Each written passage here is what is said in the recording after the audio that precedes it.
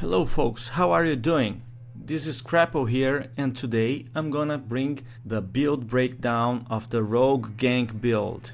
So without further ado, let's go to it. First, we're gonna take a look at the legendary aspects that I managed to find during the Service Slam. The first one, the Amulet, is the one that you get when you finish the first act. You get this amulet that gives you the bubble that protects you once you get damage directly. Pretty strong defensive buff. Then we get the Shadow Slicer Band that gives you a shadow that casts dash after you.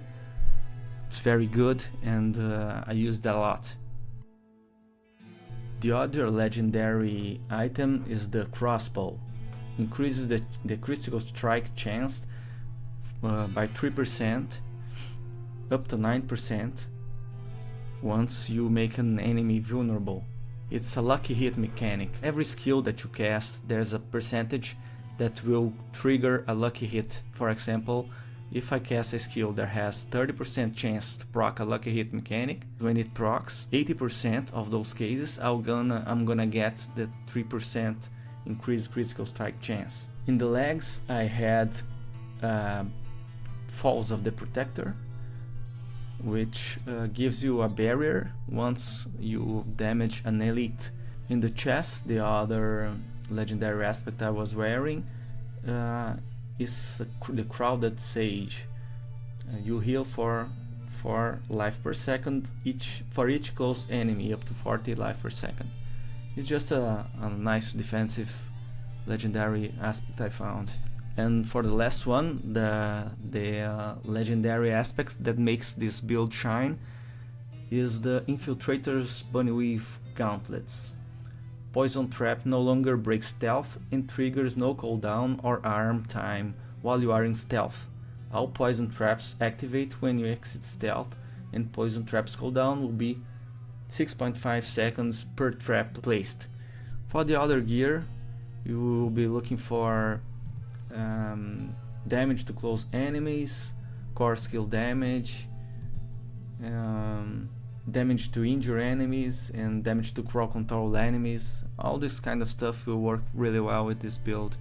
In the head I got +1 to shadow imbuement, which also helps with the damage. In the boots I got nothing special, it's just evade with movement speed. It will be better if you got another charge of evade, but I think this kind of boots are only available later on in the game at higher levels. So now let's take a look at the skills. We're gonna be using Puncture as our resource regenerator, then Twisted Blades, then Dash, Concealment, Shadow Imbuement, and Poison Trap.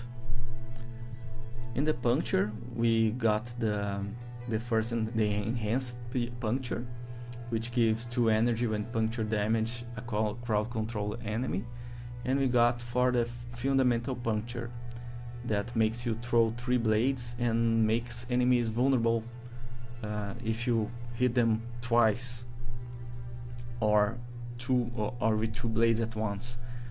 In my experience, if you hit twice with 2 casts, it will inflict vulnerable as well.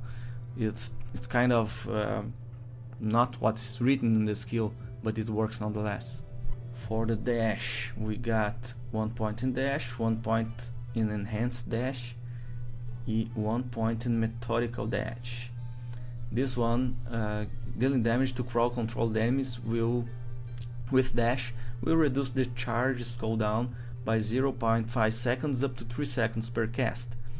This is very important because once all the traps spring, they will knock down the enemies, and when I dash through them, I got a lot of cooldown reduction with this skill. I got also 2 points in Weapon Mastery, a passive. We got 1 point in Concealment, 1 point in Enhanced Concealment that gives you energy when you enter Concealment, and Countering Concealment that guarantees you a critical strike once you break stealth. It's very important to have your weapons imbued when you go to stealth, and then when you break using Twisted Blades you will crit in the enemy, so it's very good. I'm not sure if the proccing of the traps is also a crit. I believe not, but I have to check. Poison trap, 1 point. 1 point in enhanced poison trap to make it knock down the enemies, so you got them with crowd control.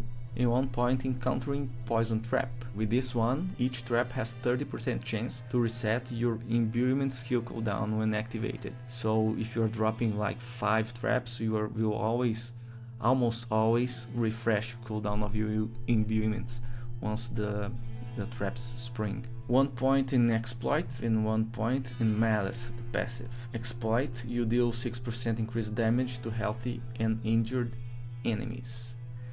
In malice, you deal 3% increased damage to vulnerable enemies. Since we are always getting vulnerable enemies with our puncture, this one is a real nice choice. And for the imbuements, I went to the shadow imbuements because it provides that explosion when the enemy dies. So it's really good to clear mobs and weaker enemies. And we got also enhanced shadow imbuement. In this build that I'll be linking in the description below, I use 22 points. In the Server Slam you could only level till level 20, but you could get 2 additional points by the renown system. If you unlocked the 3 levels of renown that were available in the Server Slam, you could get 2 points of skills. So I used those 22 points here.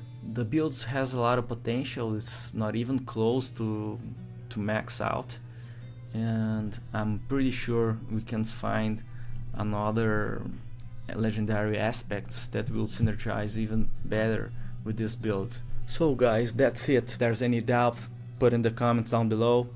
Like and subscribe if you liked what you saw. See you guys in the next one. Crapple out.